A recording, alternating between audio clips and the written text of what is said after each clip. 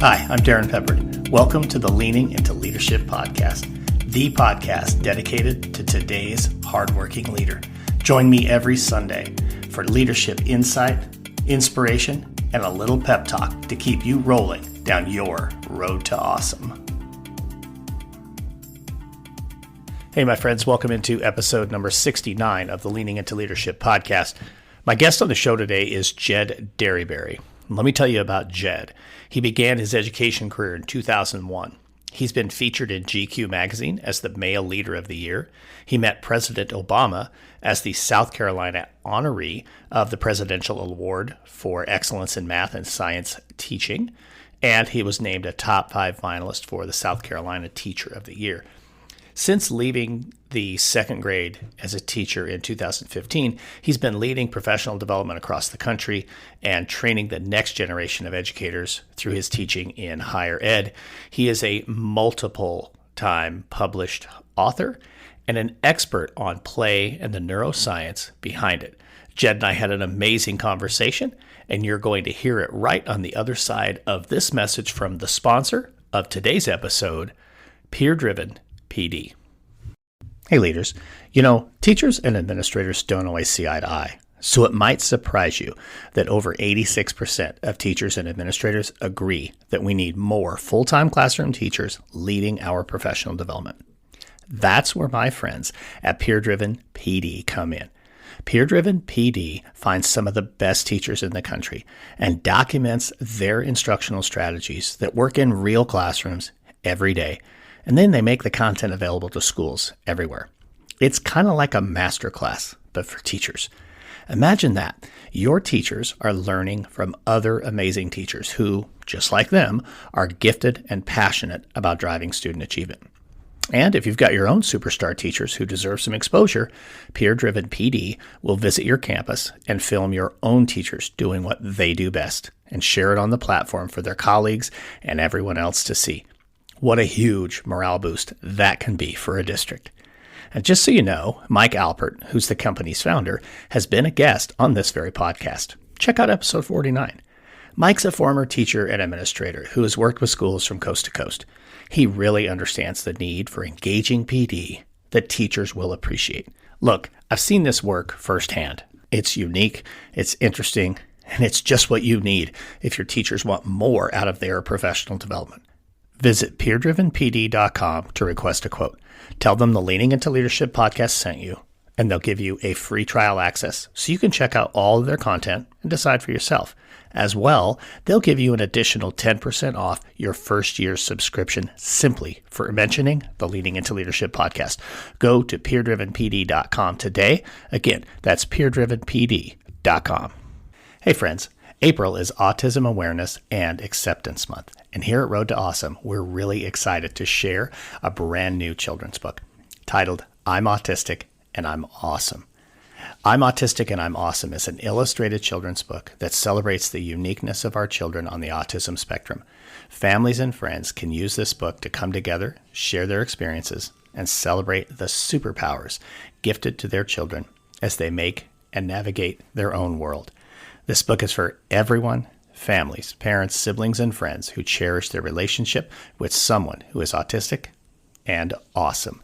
This amazing new book by Derek Danziger is available now at roadtoawesome.net and on Amazon. This podcast is a proud member of the Teach Better Podcast Network. Better today, better tomorrow, and the podcast to get you there. Explore more podcasts at www.teachbetterpodcastnetwork.com. Now let's get on to the episode. All right, Jed Dearybury, welcome into the show, man. How you doing today? I'm doing great, man. I'm so glad to be here. I have enjoyed our back and forth banter before the official recording started. It just sets us up for a great conversation today. I'm excited about it. It certainly does. So we'll just maybe peel the curtain back a little bit, folks. We were talking about how people mispronounce our names. Yeah. If you look at Jed's name, the way it's spelled, I would have guessed Dearybury or, but it's Dearybury. My last name gets butchered 100 different ways. My really good friends know the Darrin Peter story, which someday I need to tell that story here on the podcast. But that's not why we're here. But that was a fun conversation. So, Jed, just real quick for my listeners who maybe don't know who Jed Dearybury is, just a quick background, man. Yeah, so I'm an educator from South Carolina. I'm sure you can hear the Southern twang in my voice as you're listening. I've been teaching since 2001, so that puts me at about 22 years in this career. I taught first, second, and third grade during my elementary stint, and now I work primarily in higher ed. I teach children's lit and fine arts for the elementary classroom. That is a big passion of mine, both of those, but specifically the arts, because I worked at an elementary school that was focused on the arts. We have an organization in South Carolina called Arts and Basic Curriculum, and we were trained in how to integrate the arts. So I'm bringing that into my teaching now. Also author of 3 books. I do a lot of consulting and speaking around the country. Mostly work with schools, but I do some conferences and things like that as well. Love the work that I do with teachers. Everywhere I go, I say that my goal is to equip, encourage, and empower the teaching profession. And through my higher ed work, through my consulting work, through my books, through my social media, that's what I try to do.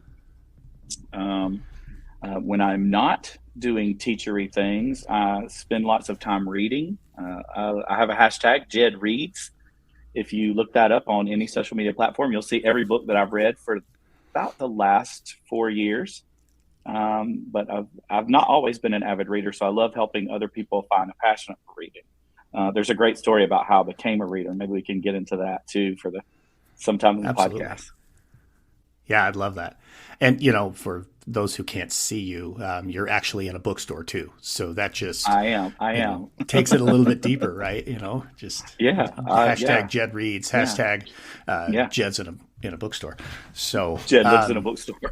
That's right, absolutely. So I want to chase something that you said there in your introduction, and that is this transition that you made from being in an elementary classroom to now teaching elementary classroom teachers. Yeah. One, what made you want to pursue that? And two, let me give you a little bit of backstory here to get to question number 2. But when I became a school administrator, I discovered very quickly going into other people's classrooms, oh my gosh, if I knew the things that other people were doing, I'd be a better classroom teacher. So I'm wondering, question 2, in this role, what are you learning about yourself back when you were a classroom teacher? Wow. That's those are great questions. I love the answer to them. Okay. So I got into working in higher ed around 2010 while I was still in the classroom. And the first higher ed class I taught, the students actually came to my classroom after school was over. So they learned about elementary teaching in an award-winning elementary classroom. That by that point, I had started to win a few awards, and they brought me on at the higher ed level, and they said, "We want you to teach our students." And at first, I was kind of hesitant about it because I didn't know if I would enjoy it. But at the same time, I was also teaching a Promethean board class for our district, and I found that I really liked teaching adults, because here's the thing that I learned is that the adults that I taught, they loved to be taught, just like I taught first grade, because we have this interconnection to our first grade experience, second grade experience as adults, but we learn through play, and we learn through hands-on, we learn through the arts. And I brought that same mindset into my college courses. I brought that same mindset into my district PD that I was doing, and I just fell in love with it. And at the time, everybody kept saying, "Jed, you should write a book. You should write a book." And I was like, they said, "You should be influencing how teachers learn to teach." And I just started going with it. And next thing I know, I had another course here and another course at that college. And at one time I had a course at 4 different colleges. And then that following semester, I picked up a 5th college. And so I was doing all this work adjunct. Some of it was online, some of it was in person, some of it was a hybrid. Some of them came to my classroom. Sometimes I went to their campus. I mean, it was just, so that's how I got into it. And I realized that I loved the work, because the feedback that I was getting from my college students was, we need more learning like this. We wish more professors would do this. We wish more professors would, you know, we just feel a connection because I really worked hard at building a connection. They weren't just students who were coming in and leaving, you know, even though I sometimes only saw them once a week. I just felt very strongly about building a connection with them I always tell them, once a Dearybury, always a Dearybury. So that means when you graduate, you're not done with me. You always have access to me.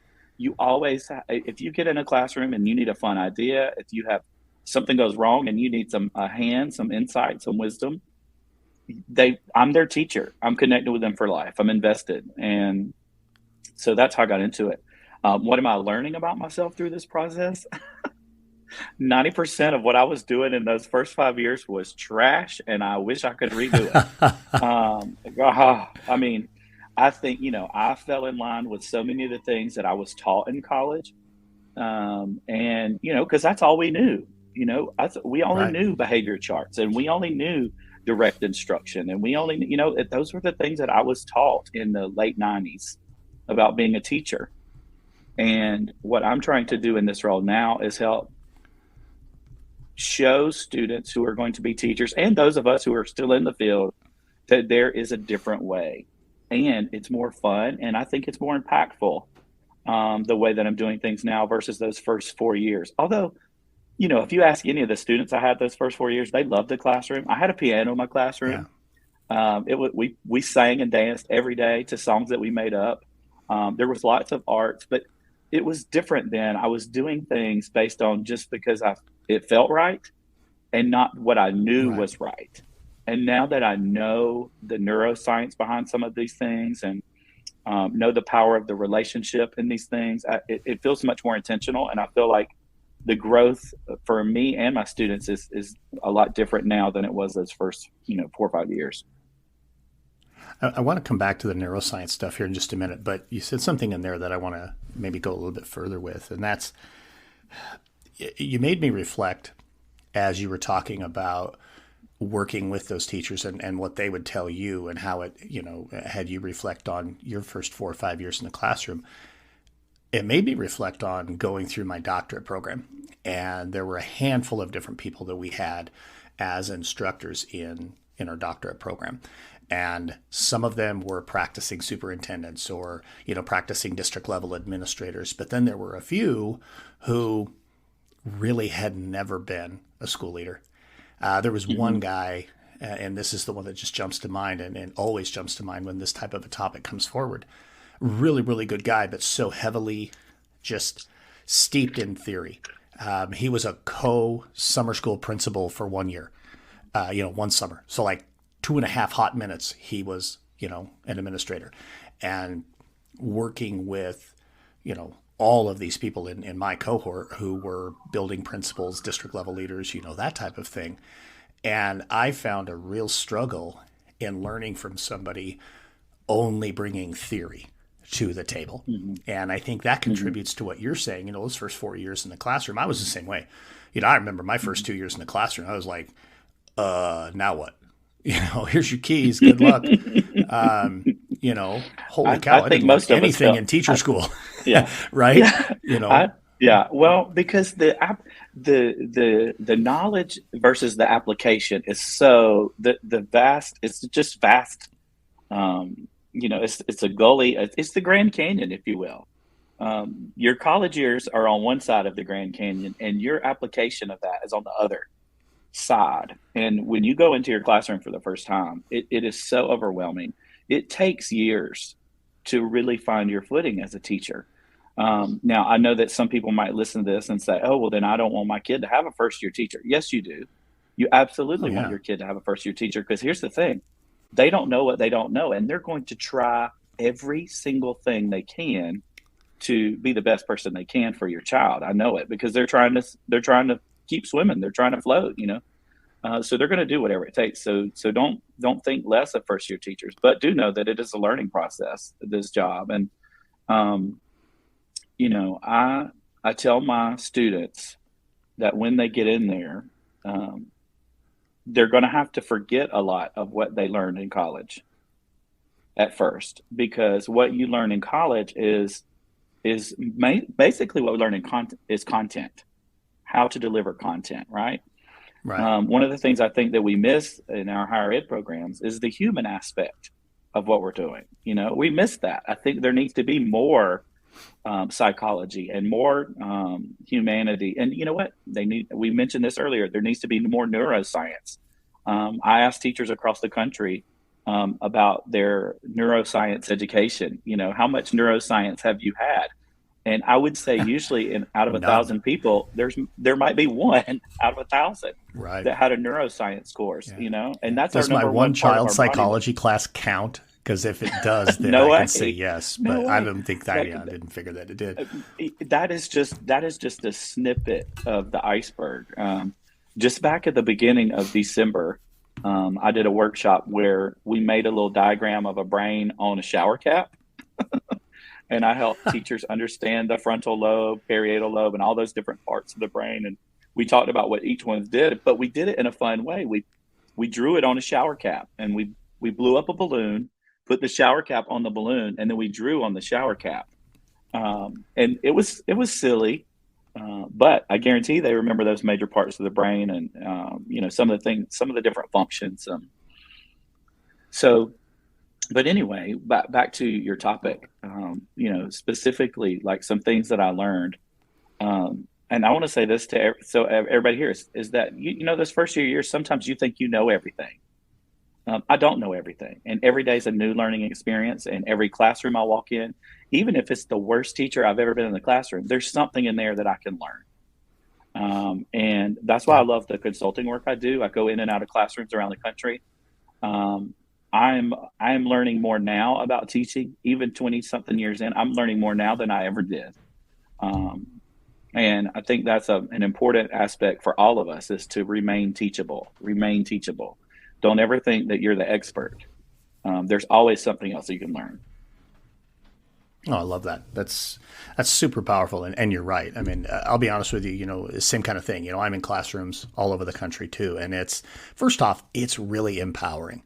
And you're right. Mm-hmm. I love how you said that no matter, the quality in the classroom, you can learn something when you're in that room. It made me actually flash to a specific room I was in, I don't know, October maybe. And, thinking, wow, this is one of the worst lessons I've ever seen.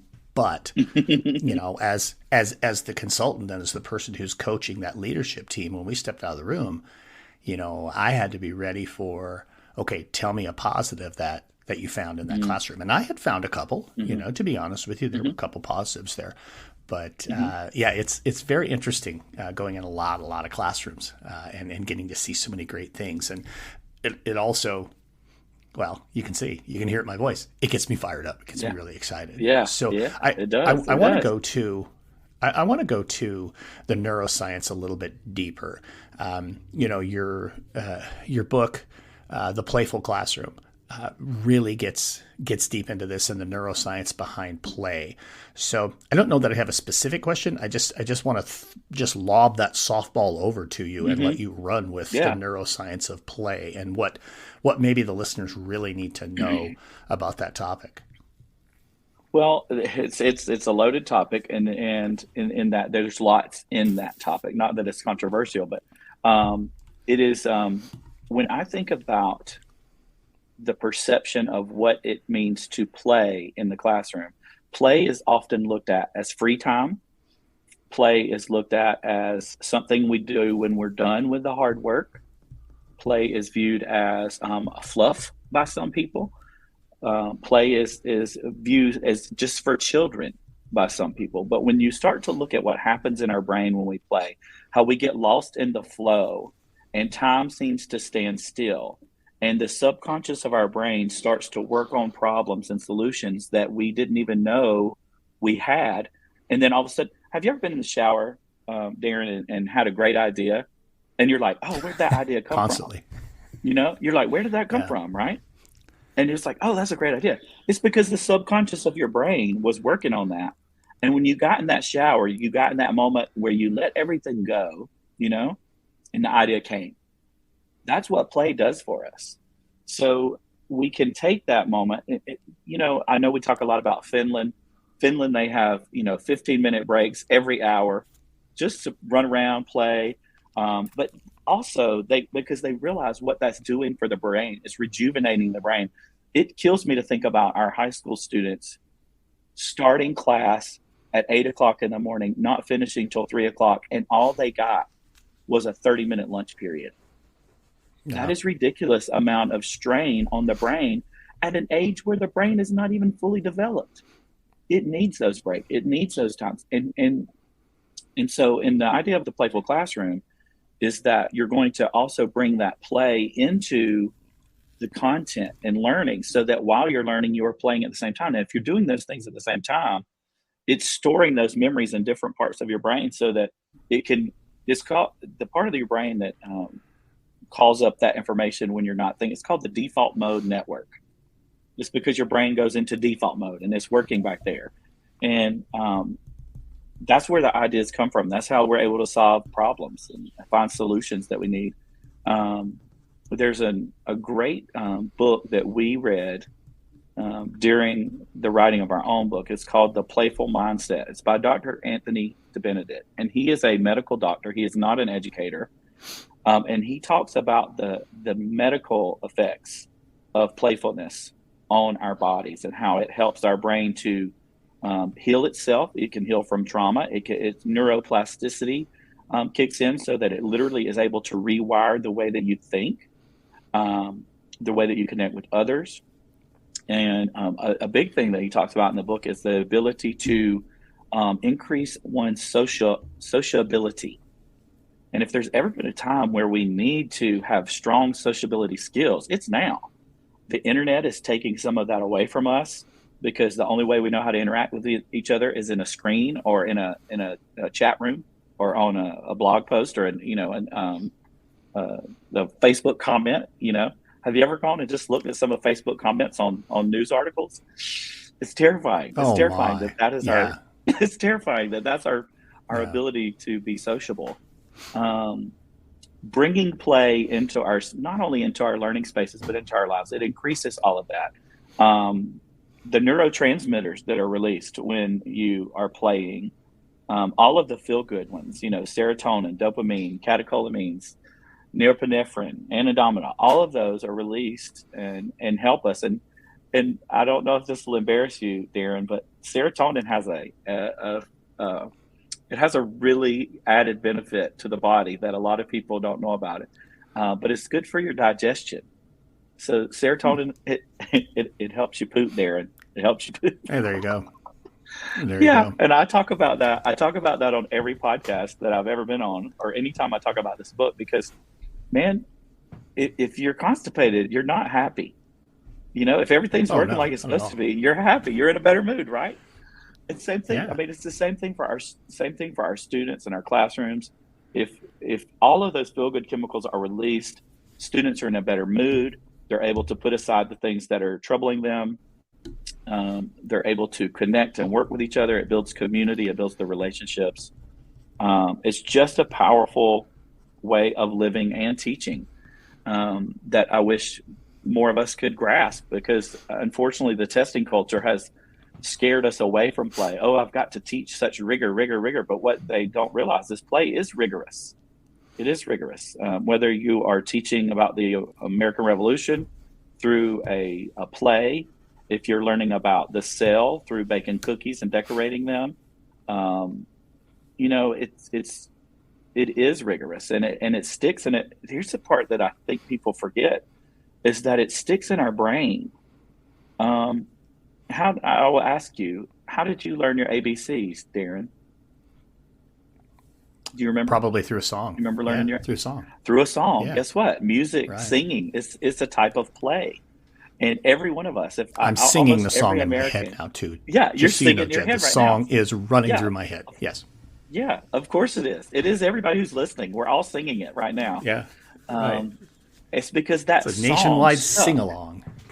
Yeah, we could all sing it. Now we all have different endings. Some of you say, "Next time, won't you sing with me?" or "Next time, join me." There's always a different ending, but the letters and the tune are the same, right? Right. That was a form of play, and it's stuck. And if I ask your listeners to recall the most memorable lessons from their elementary, middle, high school careers, it's going to be something where they had an emotional connection. There was movement, there was song, there was the arts, there was play. Nobody remembers a lecture. Nobody remembers a PowerPoint. No. You just don't, right? No. So when I run into students now, or hear from them online or something, nobody's like, man, I'll tell you what, that lecture you gave us on, the bones of the body or on, the electron transport chain process. I was a high school science teacher. Nobody says that. Yeah. But you're right. It's always, how did it make you feel? Mm-hmm. Yeah. And I think about somebody out there saying, oh, I do remember my professor's lecture about so-and-so. But here's the thing. If the lecture is delivered in costume, if the lecture is delivered in like a soliloquy or like poetry form or dramatic form, that's bringing in elements of play. That's why you remember it. You're not remembering so much the content, but the way that it was delivered, because you had an emotional connection to it. Play brings in the emotional connection. And we remember it. We remember those things. Hey leaders, let me tell you a story. It's the story of my first year as a high school principal. I will tell you, I was exhausted, I was overwhelmed, and I lived my life breathing through a snorkel because my head was so far underwater, and I didn't think there was a way out. I mean, I was a mess. The 40 feet that it was to move from my assistant principal office down to the principal's office might as well have been a 400-mile trek. I was just absolutely putting in crazy hours. I was trying to do it all, like trying to answer everybody's question, thinking I always had to be the smartest one in the room and I had to solve everybody's problems. We're talking severe Superman syndrome here, folks. Every day was fire after fire, and all I accomplished was putting out fires. Forget about leading. I was simply trying to survive. Now, after working with a leadership coach, I really was able to get things figured out, get my head from being a firefighter to actually being a leader.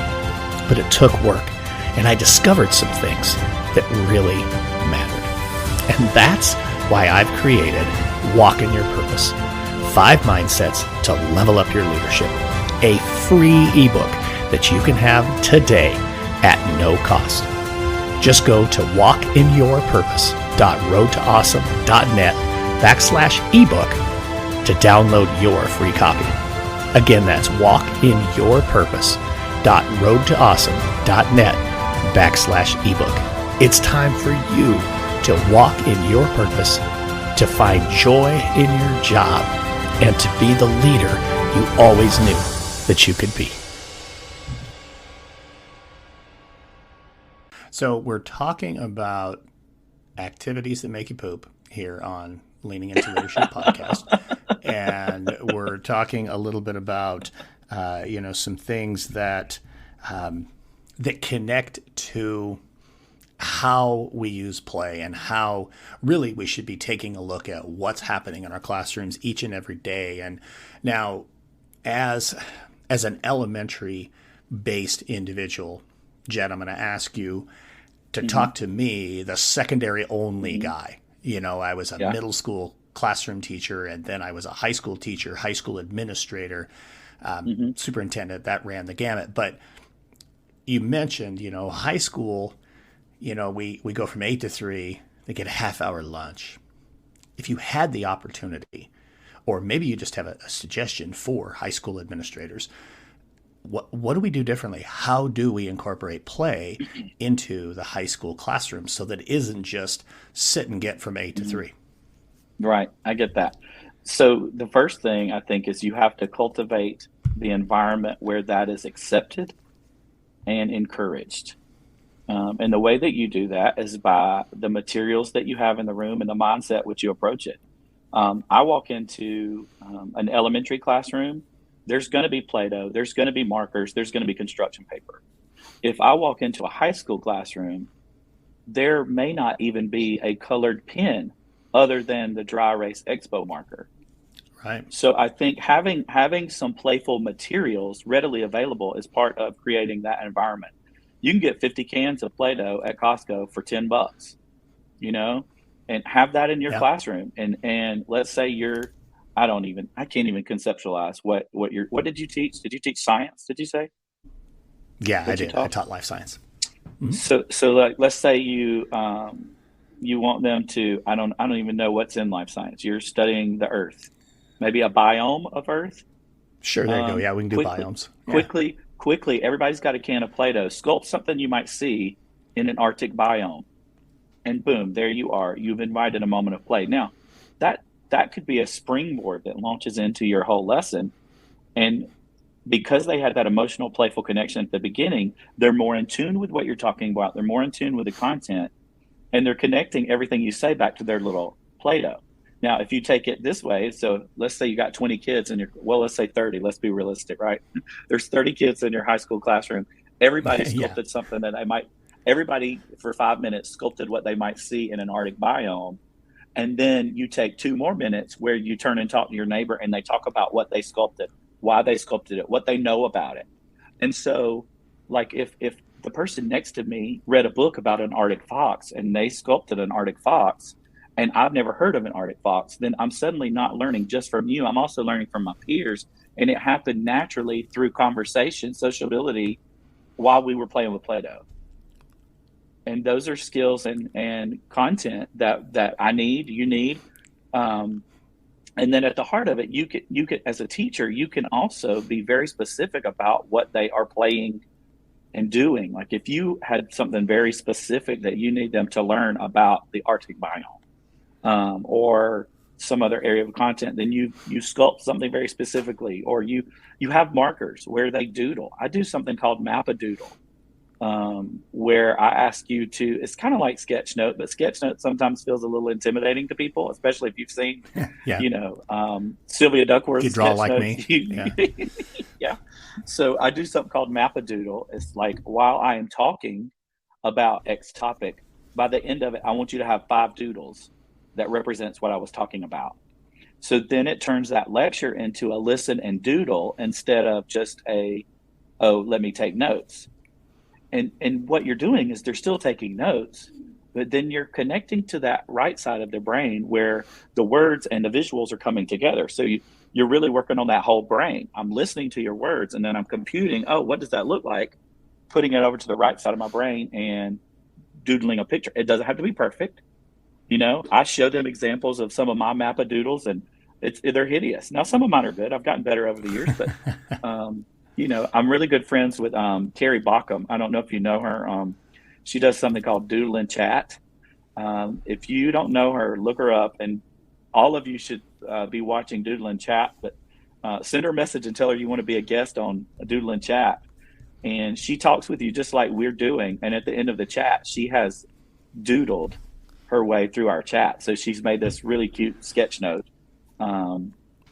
of your whole chat. It's a lot of fun. She's amazing. She's got a partner, and it's so awesome. It's fun. Yeah, it makes me think of a couple of people that every time I'm around them, Dr. Brandon Beck, who's a really, really good friend of mine, business partner of mine. Brandon is the same way. I mean, it is just at the end of every conversation, he has a drawing and he has a million different things. Mutual friend of ours, Jillian Du Bois, same thing. Jillian, though, her sketch notes are a work of art, and that's not being flippant. Truly, they're a work of art. She's a brilliant artist. Yep. But play in the classroom and just some of the things that you gave examples took me back to a couple of teachers that I was fortunate to work with as a school administrator. One that our listeners probably know, Bradley W. Skinner. Another, a lady named Julie Weir, who's one of the greatest teachers I've ever been around. High level math. We're talking like pre-calculus algebra, but she had kids with markers on their desk, and they actually would practice their equations in dry erase marker on the desktop. And, I would think she even told me once, she's like, the smell of the Expo marker is going to help embed what they're doing. And I Yeah, just thought that was yeah, super and powerful. that's And yeah, it's making that emotional connection. yeah, One of the things we talk about in the book is not trying to totally transform everything that you're doing, but start with the nooks and crannies. And that dry erase marker on the desk, that's a nook and cranny. That's something really small in a space of your time that is going to have big impacts. The students are going to remember that. They're going to visualize that. They're yeah, going to see the images in their head of, the equation that they wrote on the desk, because maybe they did a little doodle beside of it. I don't know. yeah. One of my high school teachers, her name's Miss Jackson, that I had when I was in 11th grade. She taught 11th grade geometry, and it wasn't that she delivered the content in this crazy, fun, playful way, but she had this crazy, fun, playful space where we learned it. She was doing flexible seating in the mid 90s before it was ever a thing. She had fun music playing. She had this little sticker chart where every time you solved a proof, you got a little sticker, like those old school foil stars. And Yeah. once you got 3 stars, you got a blow pop. And on the blow pop, she had this little flag on it. It said, "You really blew it away today." And you could have that. You could use that. You could take that blow pop and eat it anywhere in the school as long as it had that flag on it. And that was back in the mid 90s when like gum in the classroom was like, no way, you did not chew gum at school. I don't know if it's still that, but Yeah. you did not chew gum at school. But if you had that stick, you could chew that blow pop gum. She just made it fun. She just Yeah. made the learning fun. And there's too many of us out there that don't understand the neurological impact of what that does. It's not fluff. It's not flippant. And if you do it intentionally, it really makes the learning stick. It makes it connect to their real lives. It embraces the humanity of our work, I think, a little more. And that's my mission, man. That's what I'm trying to be out there doing, is helping people just to have more fun with what we're doing, and look for those nooks and crannies, because the nooks and crannies will lead to big change across the board. So let's absolutely love that. I love, number one, I love that you have a personal and professional mission. I think a lot of times, let's be straight. The whole know your why thing has kind of gotten beat into the ground, but knowing that personal mission, that professional mission, I think is super, super powerful. And number two, I know that has driven work not just in Playful Classroom, but in this new project that you have with the Courageous Classroom. And so I want to get into that a little bit too, and how actually when you and I met a week or two ago to have a conversation prior to recording this podcast, you had even told me that, hey, Courageous Classroom, I kind of wish I'd written that first before this other stuff. So maybe tell us a little bit about Courageous Classroom, and then hopefully we'll have a chance to chase that thought as well. So the Courageous Classroom, it tackles two issues in our public spaces, in the classrooms. One is the role that fear and trauma are having on our students, and how that affects their ability to learn, and how that affects their moods at school, their attitudes at school, but also how that fear and trauma is affecting us as teachers, in that we are carrying some of that fear and trauma of our students. But also, there's a lot of teachers out there that have their own fear and trauma that they're processing while they are also helping their students. And I wrote that book with a psychiatrist from Florida. Her name's Dr. Janet Taylor. She is amazing. She is a special guest on the Good Morning America quite often. You know how when they have a segment where they need some expert analysis, so they bring in so-and-so doctor. She does that for Good Morning America. They call her Dr. Janet. And writing this with her, she just helped me to understand in a big picture kind of way how fear and trauma has a lot of us just in its grips at all times. And then as I got to talking with her, I'm a very big proponent of therapy. I go to therapy every other week, have for several years now. There's lots of trauma that I dealt with as a child in my own life. Being a gay man in the South is traumatic just to exist down here. But as a kid, not knowing, and I wasn't out as a kid, I didn't come out as an adult. So there's lots of trauma there. I had a father who was not accepting, who was abusive in all the ways. And so that trauma still lingers as an adult for me. So when I'm in a classroom where a student is being physically abused, or where a student is being molested, or where a student is obviously not following the gender norms of the society, or is being picked on or bullied, it brings a lot of that back for me. And that is, teachers need to be aware of their own trauma so that they can help the students that are experiencing the trauma, or sometimes teachers can actually trigger the trauma and not mean to. This book breaks all that down. And it sounds confusing to kind of talk about it. You need to read the book, but it's just, we need courageous classrooms, because we need teachers who are willing to stand up and say, yes, I have dealt with this, or yes, I may have accidentally triggered this. We need to face these problems collectively. I wish every district in the world, every school in the world, had a therapist on staff for teachers. Our work is heavy. Our work is hard. And people say, oh, well, you must be talking about those poor schools. No, I'm talking about the schools that are affluent. There are parents of affluent kids that are inflicting just as much trauma on those kids as a school that is, 90% impoverished. Abuse does not know wealth or poverty. It's across the board. There are students that I knew that came from very affluent homes where I think they're being abused spiritually, meaning they are being condemned to hell. They are being condemned socially. They're being kept from things because of strict religious dogma. And that's abuse in the long run. What that does to a child mentally when they grow up, it's hard to overcome those things. There are students in poor homes that are being abused, not necessarily because the parents are mean, because the parents are poor and they don't know how to handle the stress of that. And they take it out on their child. And it's not a justification of that at all. But there's lots of factors that play into fear and trauma. In the book, we talk about adverse childhood experiences test, quiz that you could take online to see, kind of examine your own self-trauma, but then think about your students and what trauma they are facing. And we give you strategies to how to deal with those students. And almost every chapter of the book, there is every chapter of the book, there's a moment where it was kind of like therapy for me. I would talk to Janet and I would tell her about a concern that I had with a former student, or something that had happened with me, and how it played out in my classroom. And she gives me some therapy. She gives you some advice on how I handled it, how I could have handled it differently.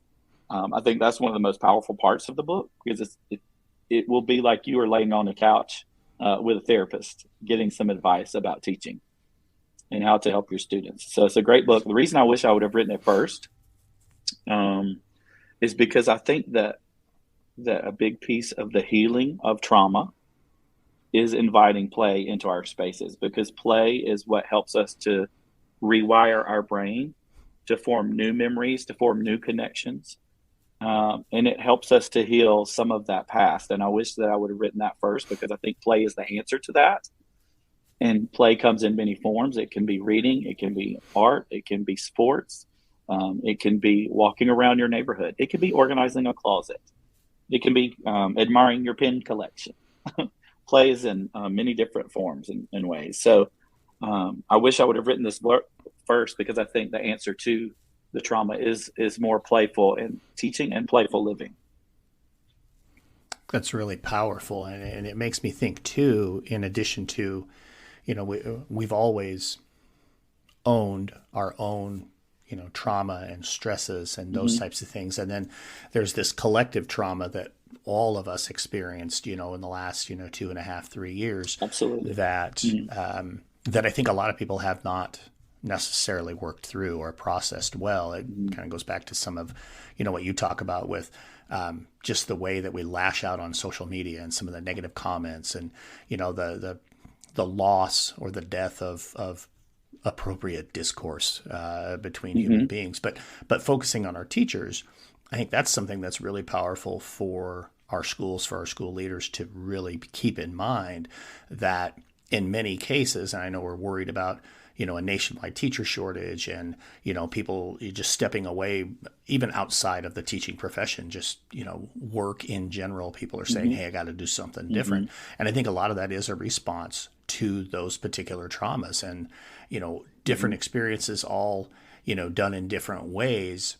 I even think about my own probably unprocessed trauma from that time. I was a superintendent during that window of time. And oh my goodness, the amount of stress and just mental anguish for me trying to lead through that process. Again, where it takes me is just us being mindful of, in addition to all those other what life brings us traumas, that particular shared trauma is something that I think everybody needs to be at least aware of, to be thinking about whether or not they're doing something intentionally with their school. But certainly it sounds like this book is a great place to begin.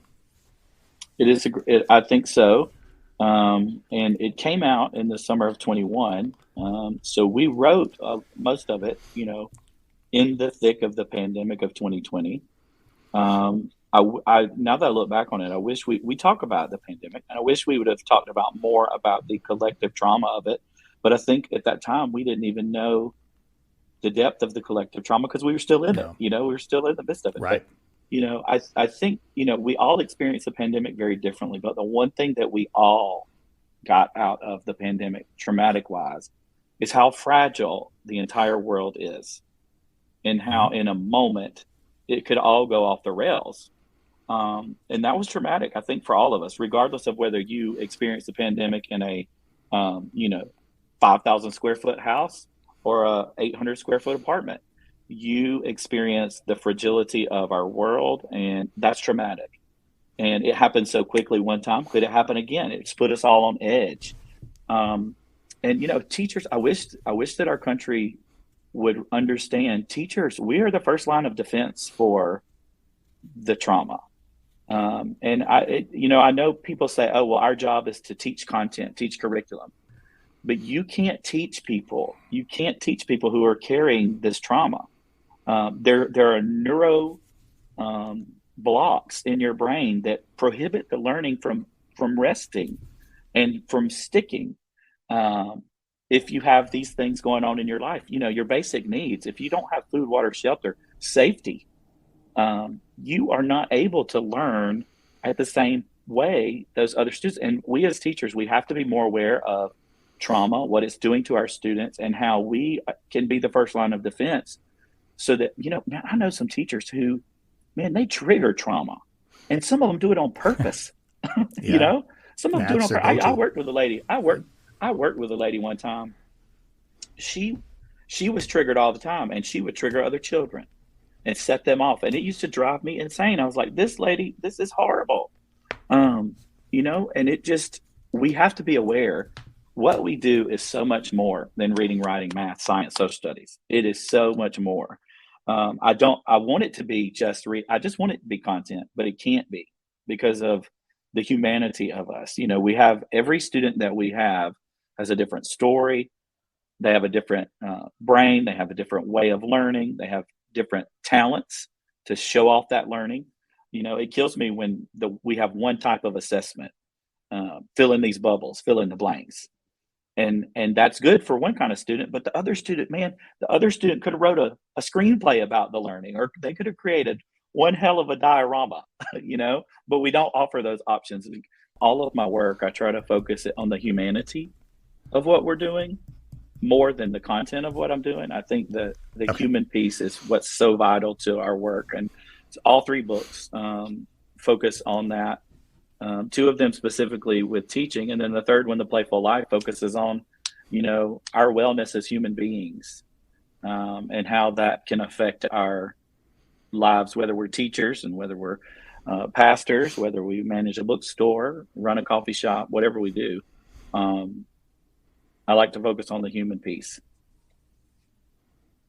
Excellent. All right. So, Jed, with that, let's jump to the final question, the same question I ask everybody here on the Leading into Leadership podcast. How right now, Jed, are you leading into leadership? Well, I'll tell you how I am doing it right now. My word for the year is for 2023 is rest. And I have been talking about that on my social media, and I've been talking about that with friends in my real life. And I've been talking about it with my therapist. And I'm not talking necessarily about physical rest as much as I am talking about mental rest. This year, I am going to be very diligent about choosing the work that I do. I'm going to be very diligent about choosing in conversations that I engage with in person and online. If I feel like those are going to be very taxing mentally, I'm going to take a pause. And how is that leading into leading? I am leading by modeling to others the work that I have written about. In the Courageous Classroom, we talk about the need for mental rest, and I am focused on mental rest because the last 10 years of my life have been very unstable mentally, in that I went through a lot of changes. In the last 10 years of my life, I left elementary teaching, I left the church, I came out as a gay man, and all of those things caused a lot of mental changes, a lot of new endeavors. And the last 10 years have been very taxing mentally. I got forced out of a job for being gay. I got blasted online for being gay. Had some events canceled because they thought I was an activist. It's just been a lot of mental taxing over the last decade. And I just needed to focus on some mental rest. The Playful Classroom talks about how, in the Playful Life specifically, talks about the power of play in our life and what it does for your brain. And I was like, I'm talking about all these things. I need to practice these things. So that's how I'm leading. I'm practicing what I preached this year. That's outstanding. I really appreciate that. Jed, thank you so much for joining me here on the Leading into Leadership podcast, man. Hope you have a great rest of your week, and best of luck with rest this year in 2023. Yeah. Thanks, Darrin. Thanks for having me on. What a fantastic conversation with Jed Dearybury. I appreciate him coming on the show. I do have for you linked in the show notes the links to go purchase all 3 of his books. Make sure you check those out. Again, I appreciate him being a part of the conversation. And now it's time for a pep talk. Jed talked about right towards the end when he talked about how he's leaning into leadership. He talked about leaning into rest and taking care of himself.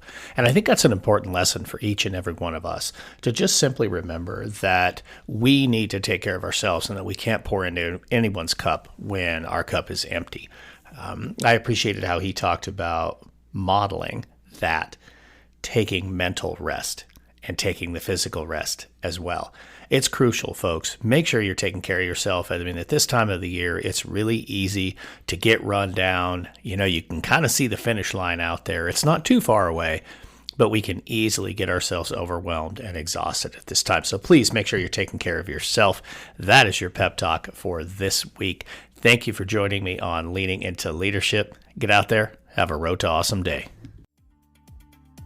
Thank you for listening to the Leaning into Leadership podcast, brought to you by Road to Awesome.